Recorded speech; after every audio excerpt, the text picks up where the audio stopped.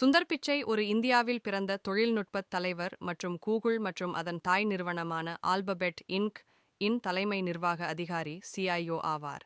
தமிழ்நாட்டின் சென்னையில் பிறந்த அவர் ஐடி காரக்பூர் உலோகவியல் பொறியியலில் பட்டம் பெற்றார். பின்னர் ஸ்டான்ஃபோர்ட் பல்கலைக்கழகம் LMS மற்றும் வார்டன் பள்ளியில் MPA பட்டமும் பெற்றார்.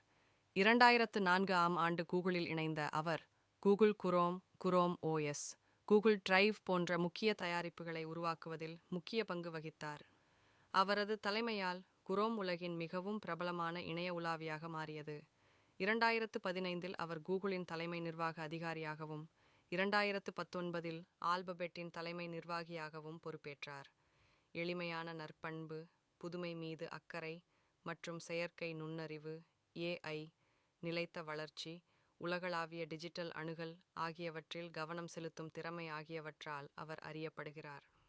ஒரு சாதாரண நடுத்தர வர்க்க குடும்பத்திலிருந்து உலகின் மிகப்பெரிய தொழில்நுட்ப நிறுவனங்களில் ஒன்றை வழிநடத்தும்